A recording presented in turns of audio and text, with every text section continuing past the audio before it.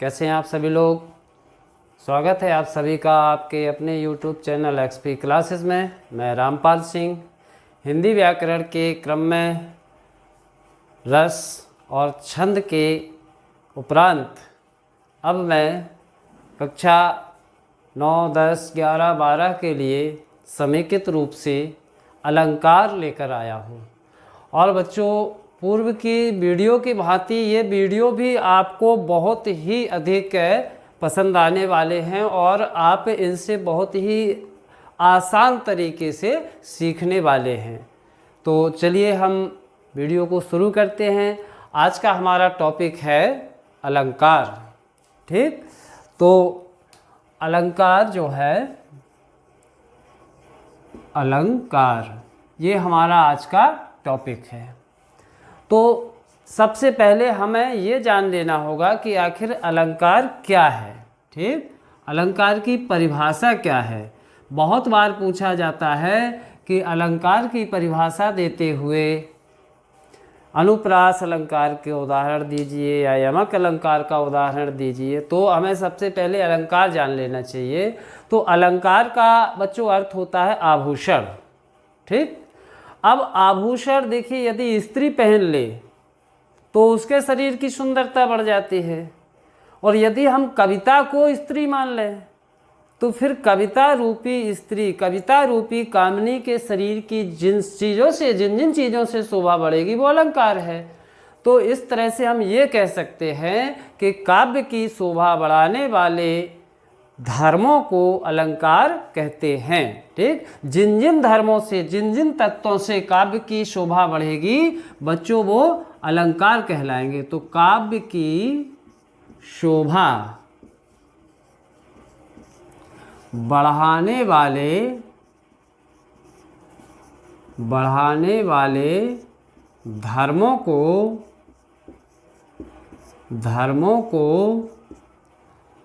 अलंकार कहते हैं। अलंकार कहते हैं। यदि बच्चों आपसे अलंकार का शाब्दिक अर्थ पूछा जाता है तो अलंकार का शाब्दिक अर्थ मैंने आपको बताया है आभूषण। ठीक, तो जिस तरह से कोई स्त्री आभूषण धारण कर ले तो उसके शरीर की शोभा बढ़ जाती है, उसी प्रकार से यदि कोई कविता रूपी कामिनी अलंकारों से सुशोभित हो, अलंकारों को धारण कर ले तो फिर उसकी शोभा भी बढ़ जाती है। तो बहुत ही आसान परिभाषा, काव्य की शोभा बढ़ाने वाले धर्मों को अलंकार कहते हैं। अर्थात जिन जिन तत्वों से, जिन जिन शब्दों से काव्य की शोभा बढ़ती है उन सबको हम अलंकार कहते हैं। ठीक, अब बात आती है कि अलंकार होते कितने प्रकार के हैं। ठीक, तो अलंकार के भेद, तो प्यारे बच्चों, अलंकार जो है वो सामान्य तौर पर 2 प्रकार के होते हैं। बाद में बहुत से विद्वान हुए हैं जिन्होंने अलंकारों के 3, 4 यहाँ तक कि 5 भेद तक कर दिए हैं। ठीक, लेकिन आज भी जो सामान्यतः भेद किए जाते हैं वो 2 ही अलंकार हैं। नंबर 1 होता है शब्दालंकार। ठीक, और नंबर 2 होता है अर्थालंकार। शब्दालंकार और अर्थालंकार। ठीक, बस यही 2 भेद हैं। ठीक, तो शब्दालंकार अर्थात जब शब्द से काव्य की शोभा बढ़े तो उसे शब्दालंकार कहते हैं, और जब अर्थ से काव्य की शोभा बढ़ती है तो उसे अर्थालंकार कहा जाता है। ठीक, तो इस तरह से अलंकार के 2 भेद हुए। तो आइए एक एक करके दोनों भेदों का हम अध्ययन करते हैं, उनका उदाहरण सहित समझने का उनको प्रयास करते हैं। तो पहला हमारा भेद है शब्दालंकार। तो शब्दालंकार के बारे में मैंने आपको बताया है कि जब शब्दों से चमत्कार उत्पन्न हो, जब शब्दों से काव्य की शोभा बढ़ जाए तो उसे शब्दालंकार कहते हैं। ठीक, तो पहला हमारी हेडिंग यही बन जाएगी। नंबर 1 है शब्दालंकार। ठीक, शब्दालंकार यानी शब्द धन अलंकार दीर्घ संधि से मिलकर के बन जाता है शब्दालंकार। ठीक, तो शब्द अलंकार क्या है? जब शब्द से काव्य की शोभा बढ़ती है, काव्य की शोभा बढ़ती है। ठीक, जब शब्द से काव्य की शोभा बढ़ती है तो उसे क्या कहते हैं? शब्दालंकार कहते हैं, शब्दालंकार कहते हैं। ठीक, अब ये बच्चों कुल 3 होते हैं और तीनों ही आपके कोर्स में, आपके सिलेबस में उपस्थित हैं। ठीक, ये कौन कौन से होते हैं? नंबर ए, बी और सी। ठीक, नंबर ए होता है आपका अनुप्रास अलंकार।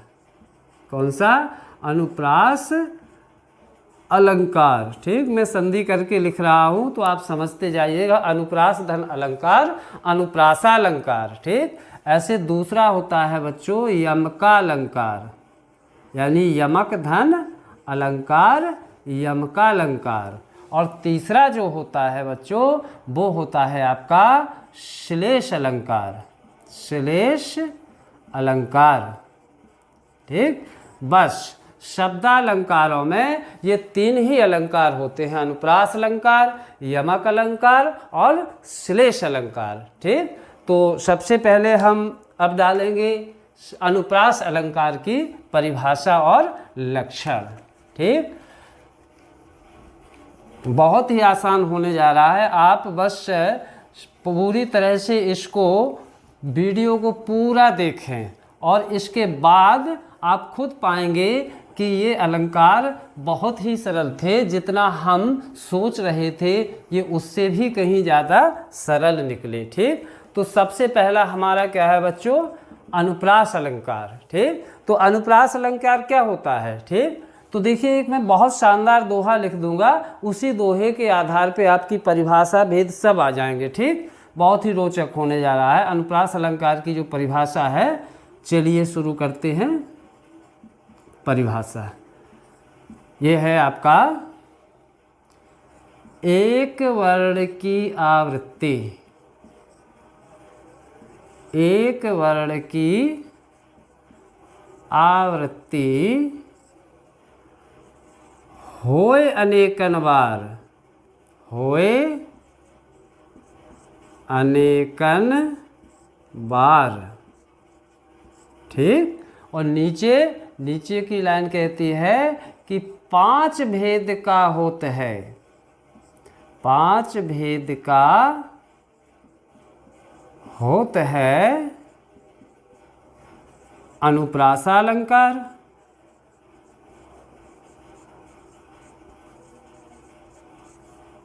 ये एक वर्ण की आवृत्ति होय अनेकन बार, 5 भेद का होता है अनुप्रासालंकार। अर्थात बच्चों यदि एक वर्ण जब अनेकों बार आए, आवृत्ति माने किसी चीज की बार बार आना जाना लगा रहे। ठीक, आवृत्ति का मतलब बार बार आना।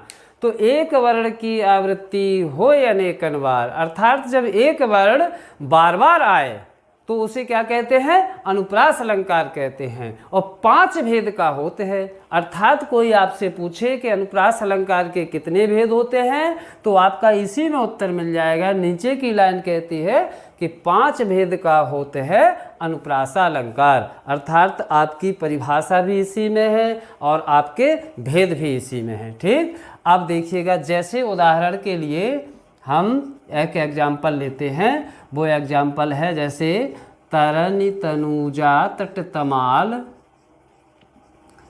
तरनि तनूजा तट तमाल, ये ता है, ता समझे इसे, तट तमाल तरुवर बहुछाए। देखें आप, इस उदाहरण को देखें, तरनि तनुजा तट तमाल तरबर बहु छाये, झुके कूल सो हित परसन मन मनहु सुना सुहाये। तो यहाँ देखिए ता, यहाँ ता, यहाँ ता, यहाँ ता, तमाल में भी था, तरवर में भी था। तो यहाँ ता वर्ण की आवृत्ति बार बार हो रही है, इसलिए बच्चों इसमें अनुप्रास अलंकार है। ठीक, अब बात करते हैं इन 5 भेदों की। ठीक, तो ये 5 भेद होते कौन कौन से हैं? ठीक, तो बहुत आसान है, चलिए इन 5 भेदों को भी मैं बता दूं। यदि आपने इसको लिखा नहीं है तो स्क्रीनशॉट ले लें, बहुत ही आसान परिभाषा है। ठीक, आपको रटना नहीं है, खेल खेल में दोहा लिख दिया, उसी दोहे को याद कर सकते हैं आप। एक वर्ण की आवृत्ति होय अनेकन बार, 5 भेद का होता है अनुप्रासा अलंकार। ठीक, तो ये आराम से आपको याद हो गया होगा। अब आगे आप बहुत आसानी से अनुप्रास अलंकार को समझ भी जाएंगे और उसकी परिभाषा भी लिख पाएंगे। चलिए, इसके भेद जो है ये होते हैं भेद नंबर ए। नंबर ए इसमें होता है बच्चों श्रुत्यानुप्रास। श्रुत्यानुप्रास। ठीक, श्रुत्यानुप्रास ये क्या है? तो देखिए, जब कोई वर्ण इस तरह से आए कि मतलब वर्ण चाहे भले ही समान ना हो दोनों, लेकिन आने वाले वर्णों के उच्चारण स्थान यदि समान हैं तो वहाँ श्रुत्यानुप्रास होता है। वर्ण भले ही समान ना हो, लेकिन वो वर्ण जो हैं वो समान उच्चारण स्थान से यदि निकले हैं, ठीक, तो फिर वो श्रुत्यानुप्रास होगा। ठीक, तो यही है कि समान उच्चारण स्थानों से, ऐसे ना करके हम लिखेंगे एक ही उच्चारण स्थान से, एक ही उच्चारण स्थान से बोले जाने वाले, बोले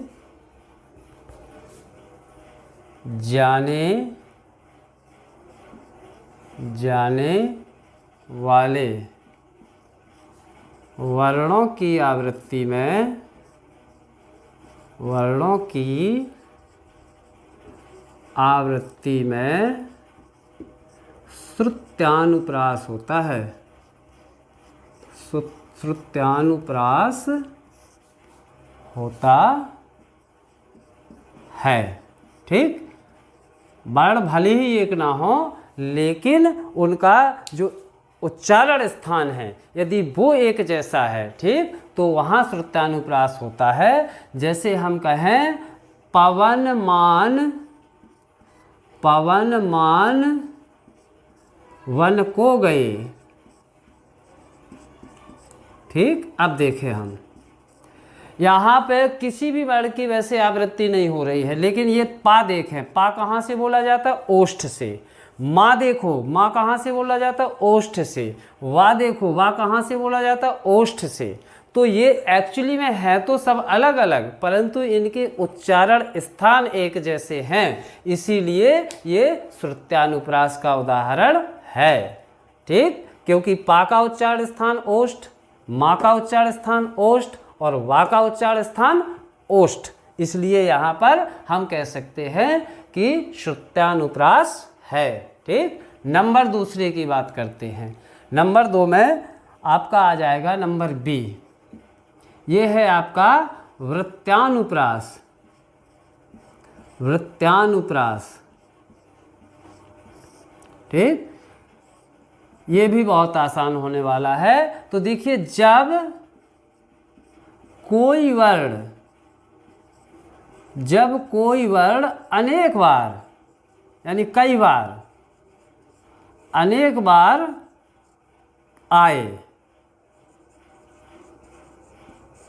ठीक, जब कोई वर्ण अनेक बार आए, एक दो से भी ज़्यादा हो जाए जिसकी गिनती, ठीक, तो वहाँ हो जाता है वृत्त्यानुप्रास। जो अभी अभी मैंने तुम्हें उदाहरण दिया था, तरनि तनुजा तट तमाल तरवर बहु छाये, तो यहाँ तावड़ की आवृत्ति मुझे लगता है लगभग 5 बार आती है ना। चारु चंद्र की चंचल किरणें, तो यहाँ चावड़ देखिए, चारु चंद्र चंचल।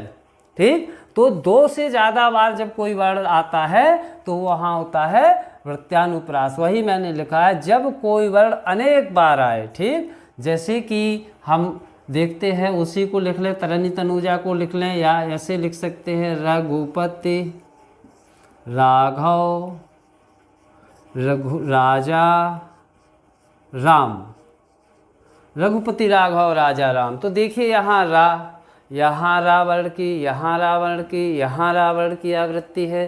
तो कितनी बार है? 1 2 3 4 बार। तो 4 बार आवृत्ति होने के कारण यहाँ वृत्यानुप्रास हो जाता है। ठीक, अब इसके बाद अगले जो भेद की ओर बढ़ें तो अगला भेद है बच्चों छेकानुप्रास।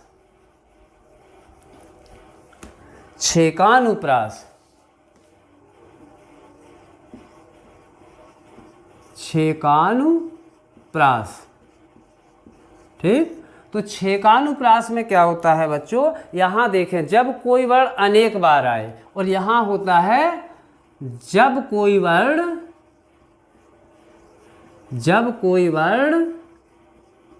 केवल 2 बार आए, बस। जब कोई वर्ण केवल 2 बार आए तो वहाँ हो जाता है बच्चों छेकानुप्रास अलंकार। ठीक, जैसे अभी हम देखते हैं इसका एग्जाम्पल। ठीक, एग्जाम्पल में देखें आप, करुणाकलित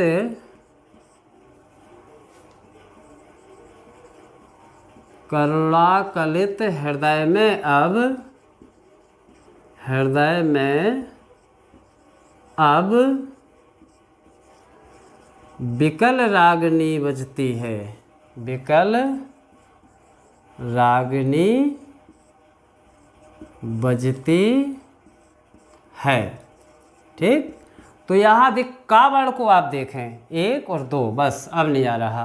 ठीक, तो केवल 2 बार आया है, इसलिए यहाँ छेकानुप्रास है। ठीक, तो जब कोई वर्ण केवल 2 बार आए तो वहाँ छेकानुप्रास अलंकार होता है। जैसे करुणा कलित हृदय में अब विकल रागनी बजती है। इसके बाद अब अगला जो है नंबर 4, ठीक, वो कहलाता है अंत्यानुप्रास। क्या होता है बच्चों? अंत्यानुप्रास। नंबर 4 होता है आपका नंबर डी, अंत्यानुप्रास। ठीक, अंत्यानुप्रास।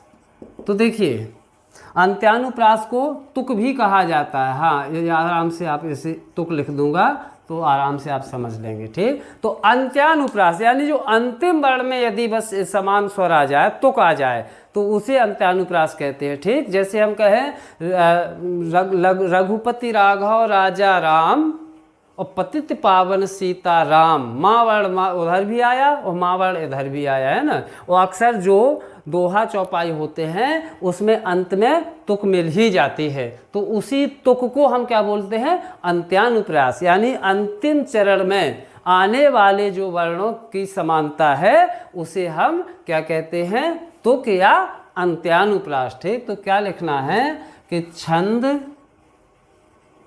के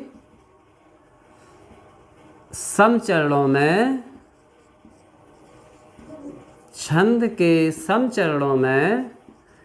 यदि बच्चों सम विषम चरण देखना है छंदों के, तो संबंधित वीडियो पड़े हुए हैं, आप उन्हें देखें, बहुत ही आपको फायदा मिलेगा। छंद के सम चरणों में आने वाली तुक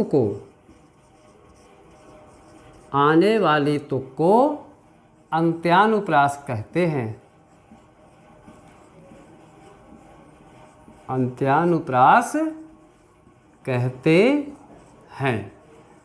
ठीक, जो छंद के अंत में सम चरणों में जो तुक आती है उसे अंत्यानुप्रास कहते हैं। ठीक, जैसे देख लें हम, मंगल भवन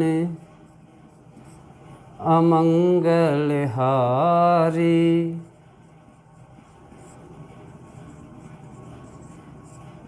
मंगल भवन अमंगलहारी और द्रवहूँ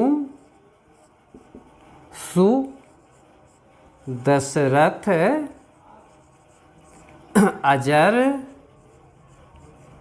बिहारी।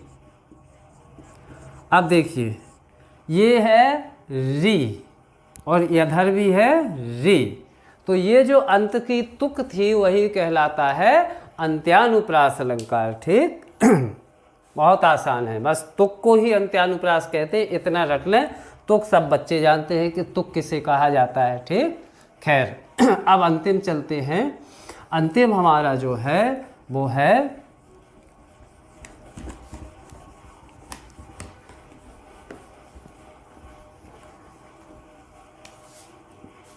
नंबर ई, उसे बोलते हैं लाटानुप्रास। लाटानुप्रास, ठीक, लाटानुप्रास। तो लाटानुप्रास में क्या होता है बच्चों कि इसमें छंद की दोनों पंक्तियाँ लगभग रिपीट हो जाया करते हैं, अर्थात दोनों पंक्तियाँ एक जैसी होती हैं, थोड़ा बहुत एक आध जगह अंतर कर दिया जाता है और उसका भाव अलग होता है, तो वो होता है लाटानुप्रास। जब आपको कहीं मिले कि दो लाइनें एक साथ बोली गई हैं तो वो होता है लाटानुप्रास। जैसे मैं आपसे कहूँ कि पूत सपूत तो का धन संचय और पूत कपूत तो का धन संचय, तो केवल सपूत और कपूत को छोड़ दें तो पूरी लाइन हमने रिपीट कर दी है ना। पूत सपूत तो का धन संचय, पूत कपूत तो का धन संचय, तो यहाँ पर लाटानुप्रास होता है। ठीक, या ऊंचे घोर मंदिर में रहनवारी ऊंचे घोर मंदिर में रहाती है, तो देखिए ऊपर की लाइन वही कह रही है, ऊंचे घोर मंदिर में रहनवारी ऊंचे घोर मंदिर में रहाती है। तो जब दोनों लाइनें रिपीट हो जाए, यानी ऊपर की लाइन ही नीचे भी रिपीट हो जाए और इस तरह पूछा जाए आपसे कि इसमें कौन सा अलंकार है, तो आपका उत्तर होना चाहिए लाटानुप्रास। ठीक, तो लिखे जब छंद की पूरी लाइन, पूरी की पूरी पंक्ति क्या हो जाए, दोहरा दी जाए,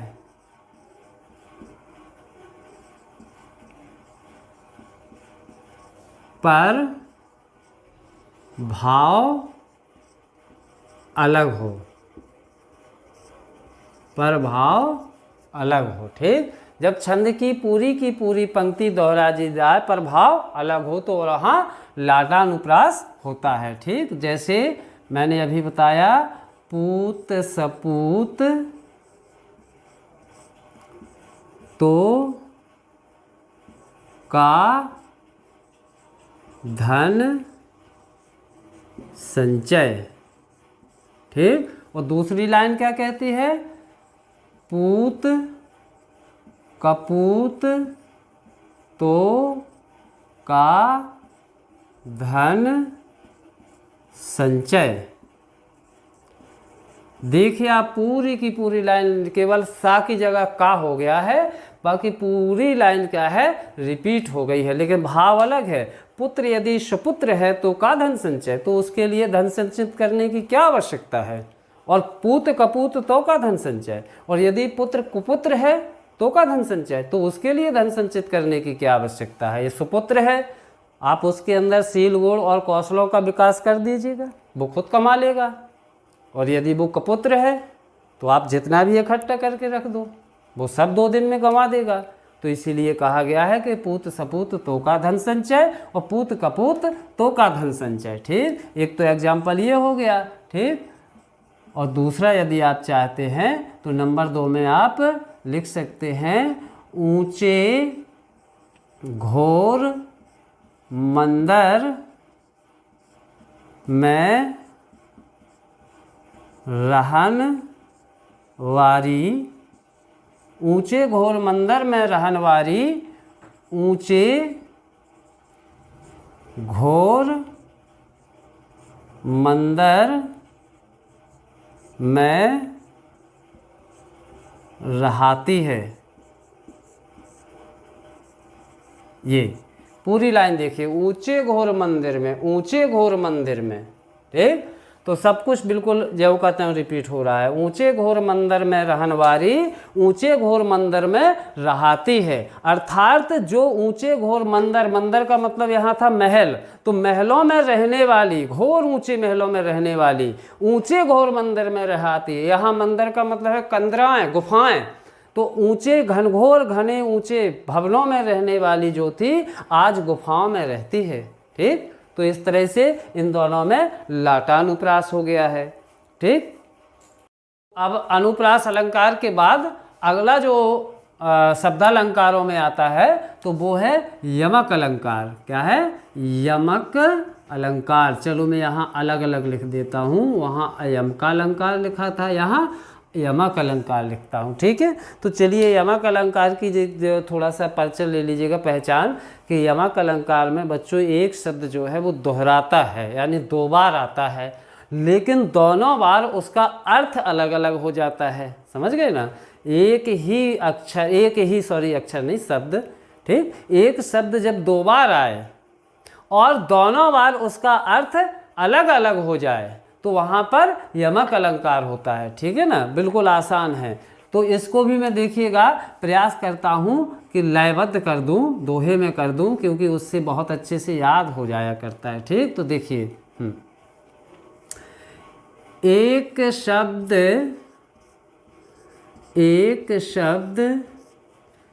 फिर जहाँ, फिर जहाँ, परे अनेकन बार, परे अनेकन बार। ठीक, एक शब्द फिर जहाँ, परे अनेकन बार, अर्थ और ही और हो, अर्थ और ही और हो, अर्थ और ही और हो, सो यमका अलंकार, सो यमका अलंकार। लीजिए, ये भी दोहे में निपट गया। एक शब्द फिर जहाँ, परे अनेकन बार, अर्थ और ही और हो, सो यमका अलंकार। यानी एक शब्द फिर माने बार बार, जहाँ परे अनेकन बार, 2 बार, कभी कभी 3 बार भी हो जाता है। ठीक, तो अर्थ और ही और हो, और लेकिन जितनी बार भी आए वो हर बार उसका अर्थ अलग अलग हो, तो समझ लीजिएगा वो यमक अलंकार है। एक शब्द फिर जहाँ, परे अनेकन बार, अर्थ और ही और हो, सो यमका अलंकार। चलिए एग्जाम्पल देख लेते हैं। एग्जाम्पल जो है इसका सबसे पॉपुलर, कनक कनकते सौगुने मादकता दिखा, या खावे बोरा है नर बापावे बोरा है। खैर मैं उसको नहीं लूँगा, मैं अलग लूँगा। ठीक, हाँ मैं देखूँगा। ये बहुत सिंपल सा है आपके लिए। जानकी प्यासी है, जानकी प्यासी है। तो देखिए यहाँ ये शब्द देखो और ये देखो, दोनों बिल्कुल सेम टू सेम रिपीट हो गया है ना, लेकिन अर्थ आपको अपने आप पता चल गया होगा कि इस जानकी का मतलब और इस जानकी का मतलब क्या है। यहाँ जानकी का अर्थ है सीता। ठीक, इस जानकी का अर्थ क्या है? सीता। ठीक, और इस जानकी का मतलब प्राण की, प्राणों की, है ना। हनुमान कह रहे हैं रावण से कि अभी समय है, यदि तुम सीता को वापस ससम्मान श्री राम को भेंट कर दो तो बहुत कुछ भला हो जाएगा राक्षस कुल का, नहीं तो जानकी प्यासी है, अर्थात सीता प्राणों की प्यासी है। तो देखिए जानकी शब्द 2 बार आया है, लेकिन दोनों बार इसका अर्थ अलग अलग हुआ है। ठीक, दूसरा एग्जाम्पल भी देख लो। देखिए, इकली डरी हों, इकली डरी हों। ठीक, घन देख के डरी हों। आगे, खाए बिस्की डरी हों, खाए बिस्की डरी हों, घनश्याम मर जई हों, मर जई हों। तो देखिए यहाँ आप डरी, डरी और डरी इनको 3 बार पा रहे हैं, एक ही शब्द को 3 बार देख रहे हैं, डरी डरी डरी, लेकिन तीनों बार इसका अर्थ अलग अलग है और आप बहुत कुछ उसमें से समझ भी चुके होंगे। इकली डरी हो, राधा कह रही है कि मैं अकेली डरी हूँ, अकेली डरी हूँ मतलब मैं अकेली पड़ी हूँ, तो यहाँ डरी का मतलब क्या होगा, पड़ी हूँ।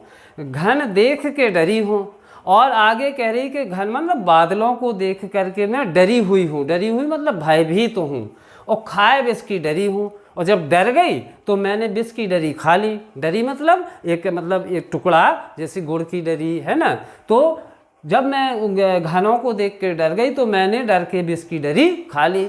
तो यहाँ आप देखिएगा कि डरी शब्द 3 बार आ रहा है और तीनों बार उसका अर्थ अलग अलग हो रहा है, ठीक है ना। इस डरी का अर्थ क्या है, इस डरी का अर्थ है पड़ा होना, इस डरी का अर्थ क्या है, डरा यानी भयभीत होना, और इस डरी का अर्थ है खाने वाली डरी, किसी चीज़ को जो हम टुकड़ों में बांट लेते हैं, गुड़ की डली, विष की डली है ना, तो वो उससे है।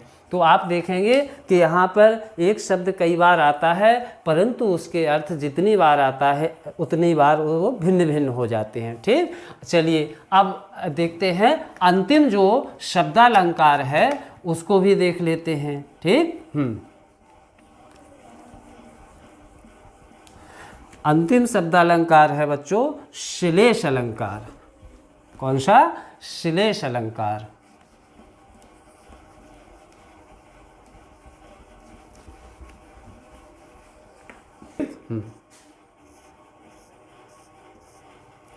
तो श्लेष अलंकार क्या होता है बच्चों, कि श्लेष अलंकार में एक शब्द आता तो एक ही बार है, परंतु उसके अर्थ कई प्रकार के हो जाते हैं, यानी एक से ज़्यादा हो जाते हैं, ठीक। तो एक शब्द जहाँ आए एक बार, ठीक, लेकिन अर्थ उसके एक से अधिक हो जाएं, तो वहाँ पर श्लेष अलंकार होता है, ठीक। तो आप हम इसको ऐसे ही लिख लेंगे, क्योंकि ये थोड़ा आपके लिए डीपली हो जाएगा। इसमें 8 भेद बताए गए हैं, तो वो 8 भेद नहीं आपको करना, इसलिए मैं सीधी परिभाषा लिखता हूँ कि जहाँ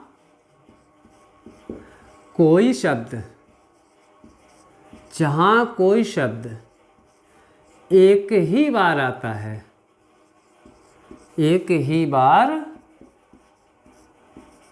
आता है, परंतु उसके अर्थ एक से अधिक हो जाते हैं,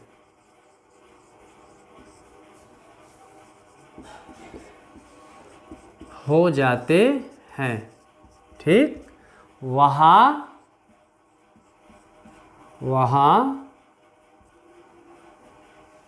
श्लेष अलंकार, श्लेष अलंकार होता है, ठीक। एक ही बार आता है परंतु उसके अर्थ एक से अधिक हो जाते हैं, वहाँ श्लेष अलंकार होता है। याद रखिएगा कि शब्द एक ही बार आना है, अर्थ उसके अनेक हो जाते हैं, ठीक। जैसे मैं आपको एग्जाम्पल दूंगा तो आप यहाँ बहुत आसानी से समझ लेंगे उसे। मैं कहता हूँ, देखो, चरण धरत, चरण धरत चिंता करत, चिंता करत चितवत चारों ओर, चितवत चारों ओर, ठीक। हाँ, दोहा है। और सुबरन को खोजत फिरत, सुबरन को खोजत फिरत, खोजत फिरत, कौन, कवि। व्यभिचारी चोर। ठीक, चरण धरत चिंता करत चितवत चारहु ओर, और सुवरन को खोजत फिरत कवि व्यभिचारी चोर। तो यहाँ पे बच्चों ये जो सुवरन शब्द है ये, ठीक, ये शब्द आया एक ही बार है, लेकिन ये कवि के अर्थ में अलग हो जाएगा। व्यभिचारी के लिए नया अर्थ देगा और चोर के लिए नया अर्थ देगा। ठीक, कैसे मैं समझाता हूँ आपको। सबसे पहले हम कवि से लें। ठीक, कवि क्या करता है, चरण धरत, एक चरण की रचना करता है। ठीक, जैसे कोई दोहा होता है तो 4 चरण होते हैं, चौपाई है तो 4 चरण होते हैं, तो एक चरण पूरा करता है। चरण धरत माने एक चरण पूरा किया। फिर चिंता करत, फिर चिंतन करना पड़ता है, सोचना तो पड़ता ही है। ऐसा तो है नहीं है कि इस मुँह में शब्द भरे हैं कुछ भी लिख दो, है ना।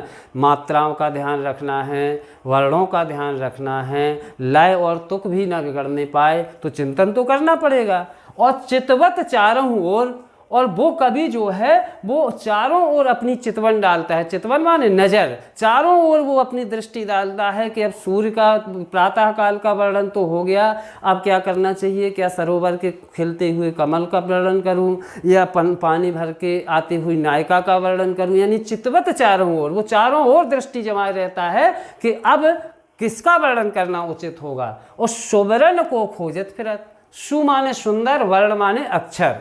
बहुत अच्छे से आप समझिए, सु माने सुंदर, वर्ण माने अक्षर, यानी सुंदर सुंदर वर्ण खोजता है वो, अच्छे अच्छे अक्षर, ताकि उसकी कविता एकदम परफेक्ट हो जाए, लोग पसंद करें। तो सुवर्ण को खोजत फिरत, कौन, कवि। तो देखिए यहाँ कवि के लिए क्या हो गया, कवि के लिए सुवर्ण का मतलब हो गया कवि के लिए। ठीक, क्या हो गया, सु माने सुंदर और वर्ण माने वर्ण। ठीक, कवि के लिए हो गया सुंदर वर्ण। ठीक, अब जरा इसी शब्द को फिर देखते हैं व्यभिचारी के दृष्टिकोण से। व्यभिचारी होता है आवारा, चरित्रहीन। ठीक, तो चरित्रहीन क्या होता है, देखिए चरित्रहीन व्यभिचार के लिए जा रहा है।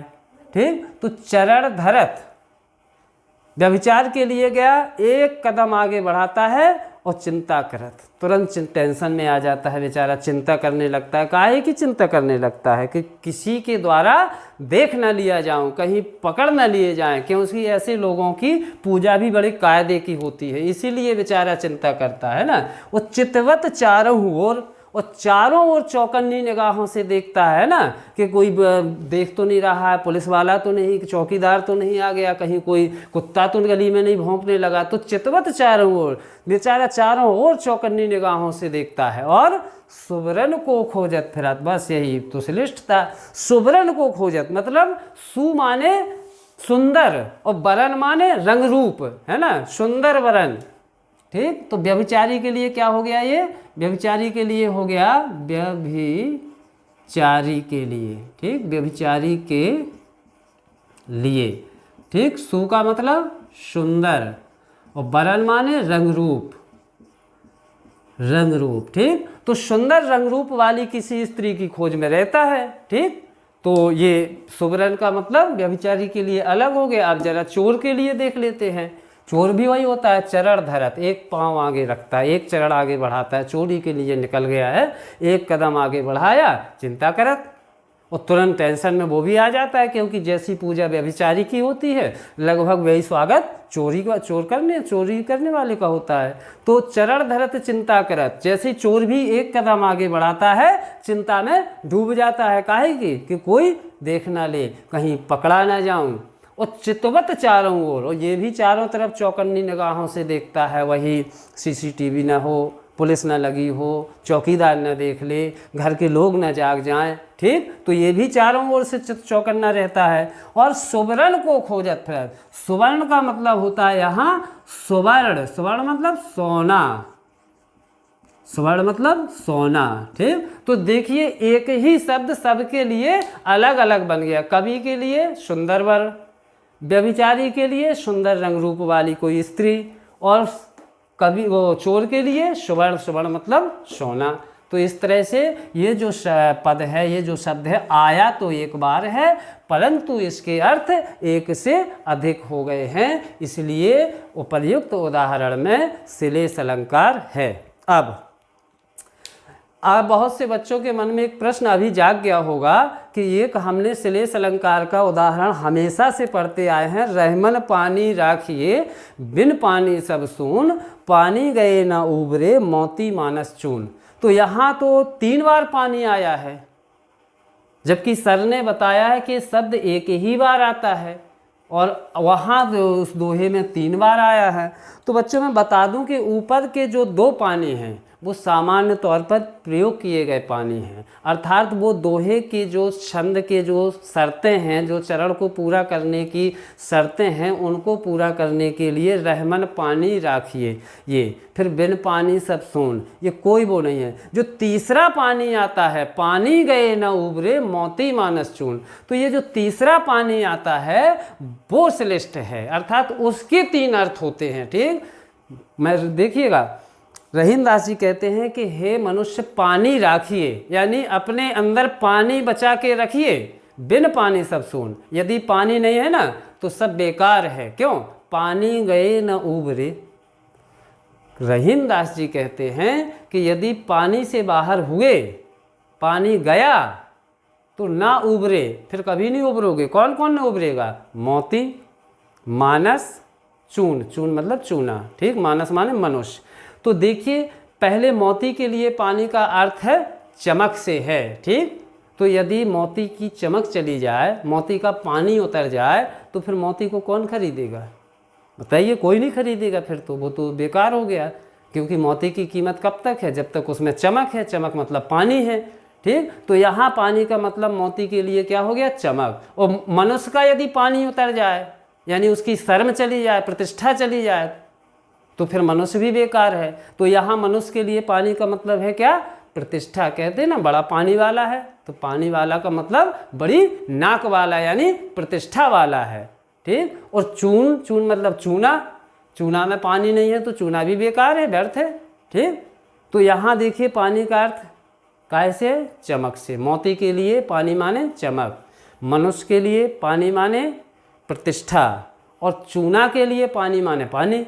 तो यहाँ शब्द एक पर अर्थ अनेक, यानी 3 अर्थ। ऊपर के जो 2 पानी हैं वो केवल और केवल छंद को पूरा करने के लिए सामान्य तौर पर प्रयोग हुए हैं, ठीक। तो इस तरह से बच्चों ये शब्दालंकार पूरे हुए, और आशा करते हैं आपको ये पसंद आए होंगे। और यदि बच्चों हमारे वीडियो आपको पसंद आते हैं तो वीडियो को लाइक करें, शेयर करें, चैनल को सब्सक्राइब करें और अपने दोस्तों में शेयर करें, ताकि आप हमारे वीडियो को अधिक से अधिक लोग देख सकें। और यदि कोई समस्या आती है या कुछ समझने में दिक्कत आती है तो हम आपको बता दें कि हिंदी से संबंधित हमने एक व्हाट्सएप ग्रुप बनाया हुआ है। उसमें आप कंटेंट से संबंधित कोई भी प्रश्न, कोई भी जिज्ञासा आप कमेंट के रूप में लिख सकते हैं और हम उसका यथासंभव जो समाधान है उसको देने का प्रयास करेंगे, ठीक। तो मिलते हैं अगले वीडियो में, तब तक के लिए नमस्कार।